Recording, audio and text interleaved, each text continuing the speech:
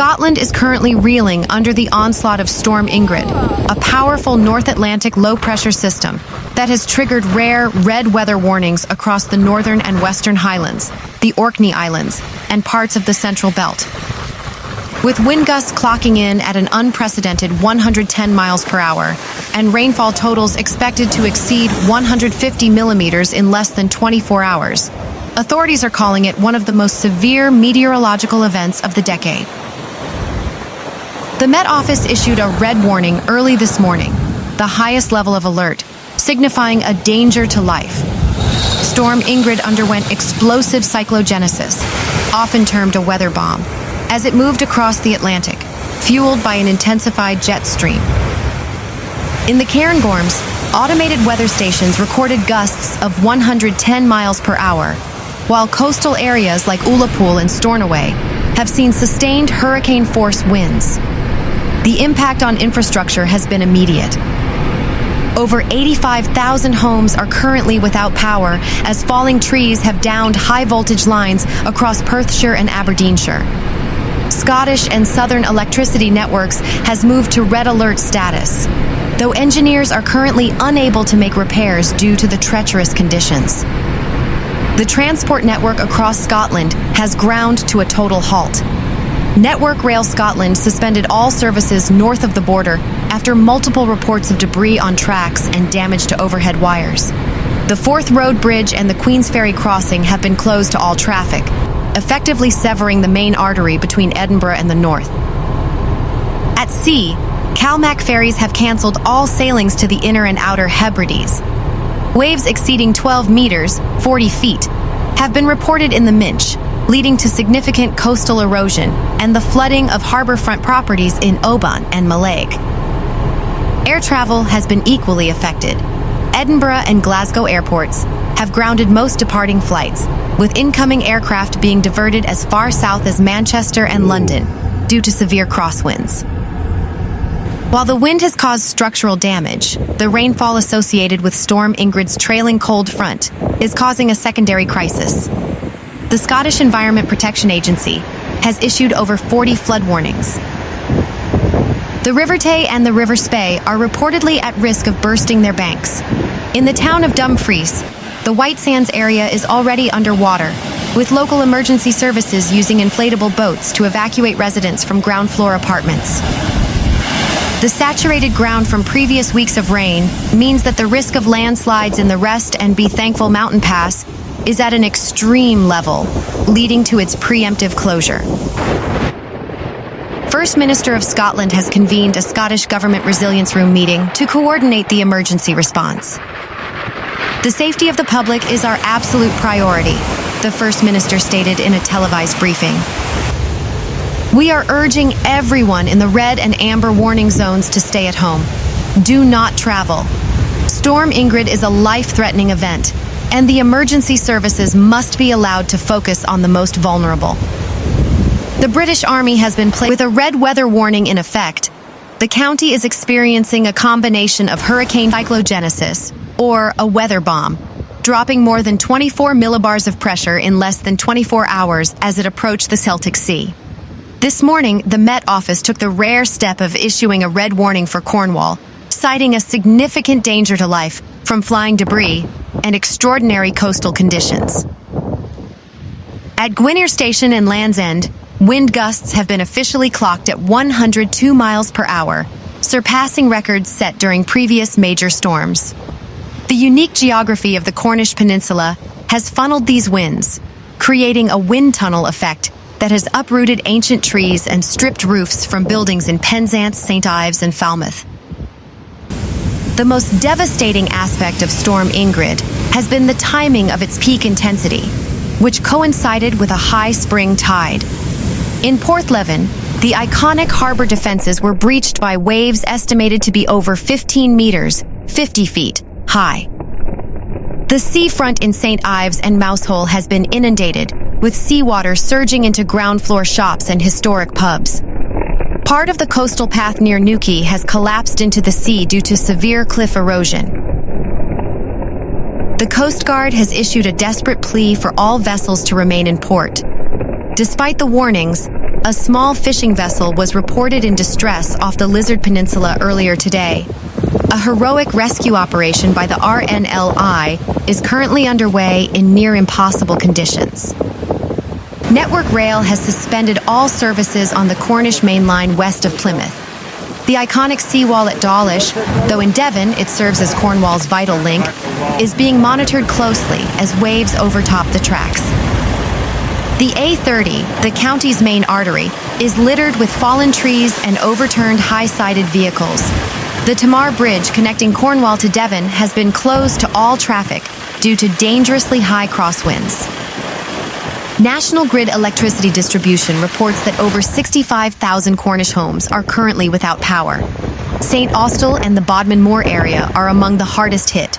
Engineers are standing by, but repair efforts are being hampered by sustained winds that make it unsafe to climb poles or use cherry pickers. Cornwall Council's Emergency Resilience Team has activated Operation Ingrid, opening emergency shelters in community halls and leisure centers for those whose homes have been damaged or flooded. This is an unprecedented event for Cornwall, said the Chief Constable of Devon and Cornwall Police. We are seeing structural failures that we haven't seen in decades. Our message to the public is simple. Stay indoors. Do not go to the coast to take photographs of the waves. You are putting your life and the lives of our first responders at risk. The Royal Cornwall Hospital in Truro has moved to internal critical incident status, focusing only on life-saving emergencies as staff struggle to reach the site through blocked roads. Beyond the immediate danger, the economic fallout for Cornwall's tourism and fishing industries will be immense. The Eden Project has announced a temporary closure following damage to one of its smaller biomes, and numerous polytunnels used in the county's vital agricultural sector have been shredded. Environmentalists also warn of a disaster for marine life, as the massive storm surge is expected to wash significant amounts of plastic pollution and debris onto protected beaches, requiring a massive cleanup operation once the winds die down. Meanwhile, the county of Dorset is currently facing its most severe weather trial in a generation as Storm Ingrid pummels the south coast of England.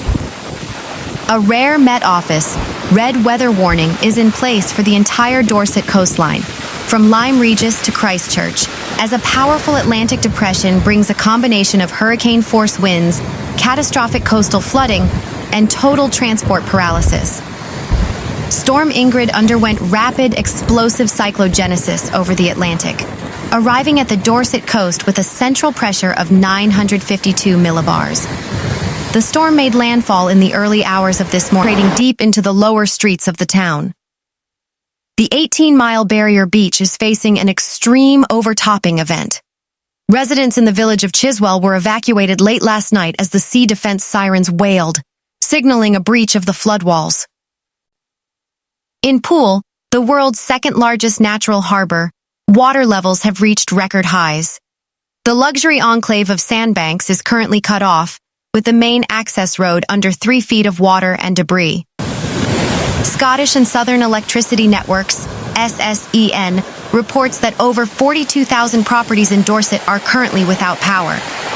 The hardest hit areas include Blandford Forum, Sherborne, and the rural villages of the Blackmore Vale, where falling trees have snapped dozens of utility poles.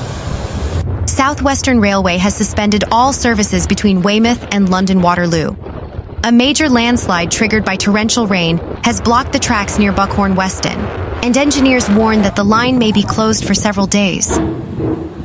The A35, Dorset's primary east-west artery, is impassable at several points due to fallen ancient oaks and localized flooding. The A338 spur road into Bournemouth is also closed following a multi-vehicle accident caused by high-sided vehicles being blown over. Dorset Police and the Dorset and Wiltshire Fire and Rescue Service have declared a major incident. Our resources are stretched to the limit, said the Chief Constable in a briefing at the Winfrith headquarters. We have received over 500 emergency calls in the last 4 hours regarding collapsed roofs, fallen trees on houses, and people trapped in floodwaters. We urge residents to stay inside. Do not go out to storm watch on the cliffs. The RNLI crews from Weymouth and Poole have been involved in several daring rescues, including pulling a kite surfer to safety who had ignored warnings, an act described by local officials as utterly reckless. Meanwhile, Storm Ingrid underwent rapid explosive cyclogenesis over the North Atlantic last night, with its central pressure plummeting to a staggering 950 millibars. As the system tracked into the Severn estuary this morning, it funneled intense winds directly into the South Wales coastline. Official weather stations at Mumbles Head and Nash Point have recorded sustained wind speeds of 85 miles per hour, with peak gusts hitting an incredible 105 miles per hour. Meteorologists have confirmed the presence of a sting jet, a localized core of extremely violent winds, which has caused widespread structural damage across the South Wales valleys. The timing of Storm Ingrid has proven disastrous, coinciding with a high spring tide in the Bristol Channel, which has the second highest tidal range in the world. Massive waves exceeding 14 meters, 45 feet, have breached sea defenses. The iconic promenade in Porthcawl is currently underwater, with seawater surging into ground floor properties. The Cardiff Bay Barrage has been closed to all maritime traffic as water levels reach record highs. Emergency pumps are working at full capacity to prevent the River Taff from backing up into the city centre. Both the M4 Prince of Wales Bridge and the M48 Severn Bridge are closed to all traffic due to dangerously high crosswinds. This has severed the primary artery between Wales and England. Transport for Wales and Great Western Railway have suspended all services west of Bristol.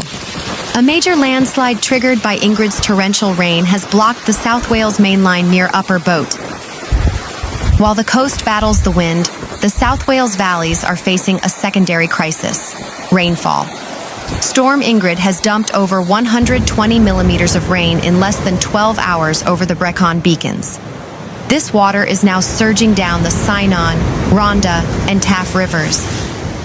In Pontypridd, flood sirens were activated at 8 a.m. Local businesses that were devastated by Storm Dennis years ago are once again seeing water enter their premises despite improved flood defenses, as the volume of water simply overwhelms the drainage systems.